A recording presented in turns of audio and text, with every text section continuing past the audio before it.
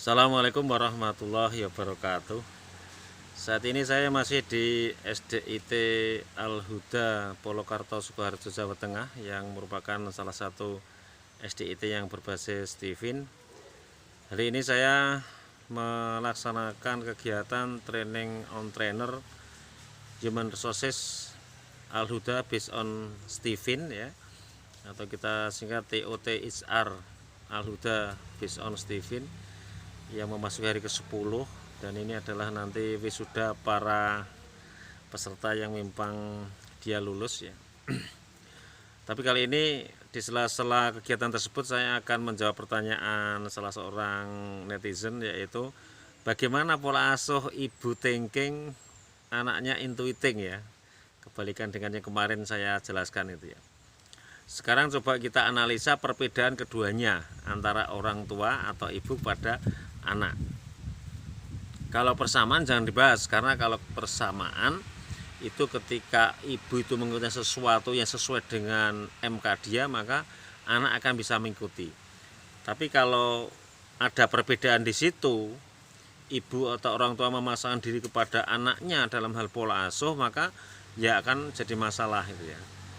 Secara umum ketika orang tua, terutama ibu yang thinking, mengasuh anak yang intuiting biasanya agak kesulitan, ya, karena keduanya ini agak bertolak belakang, ya. Ibu thinking suka target, anak thinking nggak suka di target, ya. Satu. Kemudian yang kedua, ibu thinking itu tidak kreatif, tidak suka kreatif, anak intuiting suka kreatif.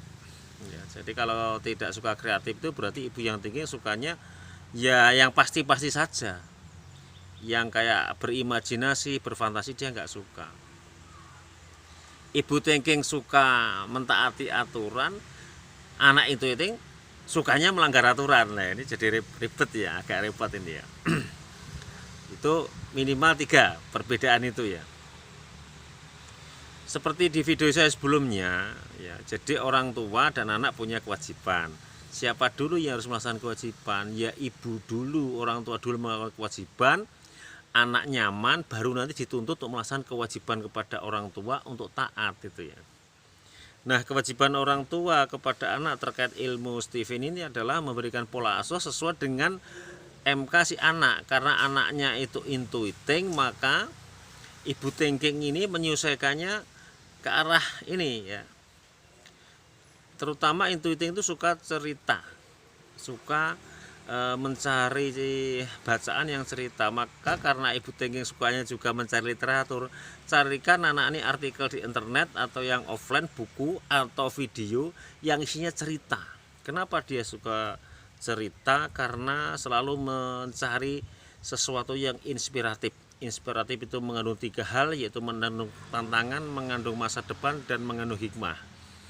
Nah, ibu thinking harus telaten mendampingi anak intuiting mencarikan artikel atau film baik offline maupun online untuk berikan kepada anaknya. Apakah langsung diminta membaca atau dilihatkan YouTube, terserah.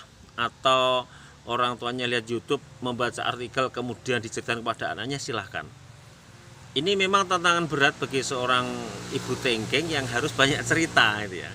Tapi nanti dalam Steve itu ada begini, rekan-rekan sekalian.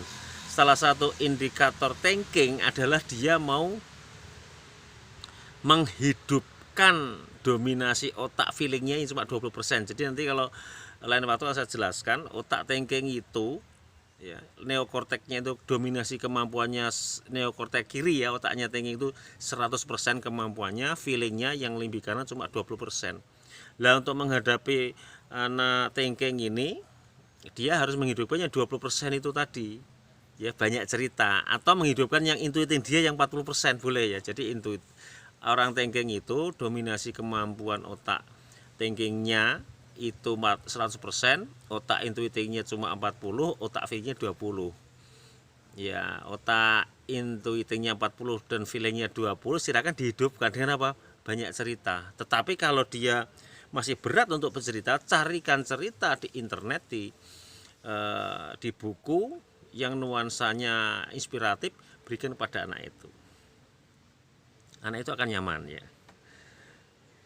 Sembari kasih itu berhasil, alhamdulillah. Kita tingkatannya kedua, misalnya belum berhasil, kita lakukan yang kedua. Silakan anak itu diminta belajar sebentar aja, misalnya 10 menit ya. Sebenarnya belajar Mbak menghafal Quran atau belajar matematika atau yang lain, 5 menit penyaluran bakat seni ya. Ini trik kedua ya. Trik pertama Bapak kasih cerita, trik kedua ya ditarget belajar, karena taking suka target, kasih target 10 menit belajar didampingi, habis itu langsung 5 menit menggambar, penyaluran bakat seni. Kemudian 10 menit belajar lagi, selingi 5 menit mewarnai misalnya. 10 menit belajar lagi, bisa pelajaran sama atau pelajaran yang lain, 5 menit merangkai bunga, terus diselang-seling itu. Maka di sini orang tua yang thinking ya dituntut untuk memunculkan mental positifnya, menggembleng otak intuitingnya yang 40%, untuk agak kreatif ya, tidak kreatif tiap hari enggak ya. Agak kreatif menghadapi anak yang intuiting ini. Ya, termasuk kegiatan-kegiatan yang disukai anak intuiting itu pokoknya yang aneh-aneh, yang anti mainstream. Diboncengan naik motor menghadap ke belakang ya, naik motor di pangku dia menghadap samping, di pangku di orang tuanya di maaf ya paha kanan, misalnya dia menghadap ke kiri ya. Kemudian dia jalan-jalan melihat langit, itu suka lihat langit. Jadi belajar 10 menit keluar sebentar lihat langit, belajar lagi keluar lagi naik motor yang aneh-aneh, bonceng menghadap belakang, masuk lagi belajar 10 menit keluar jajan, terus selang-seling terus itu baru anak itu yang bisa ditarget. Silakan dari rekan-rekan yang punya kasus orang tuanya tangki anak itu dipraktekkan. Kemudian nanti kalau masih ada kendala ya praktek barang 3 pekan atau 4 pekan. Kalau masih ada kendala silakan tanya lagi di kolom komentar atau japri ke WA saya. Nanti insya Allah akan saya jelaskan lagi atau kita beri konseling lanjutan melalui video di YouTube ini. Demikian siang hari ini kami dari SDIT Al Huda Polokarto Sukoharjo. Saya Suhain Abdillah. Assalamualaikum warahmatullahi wabarakatuh.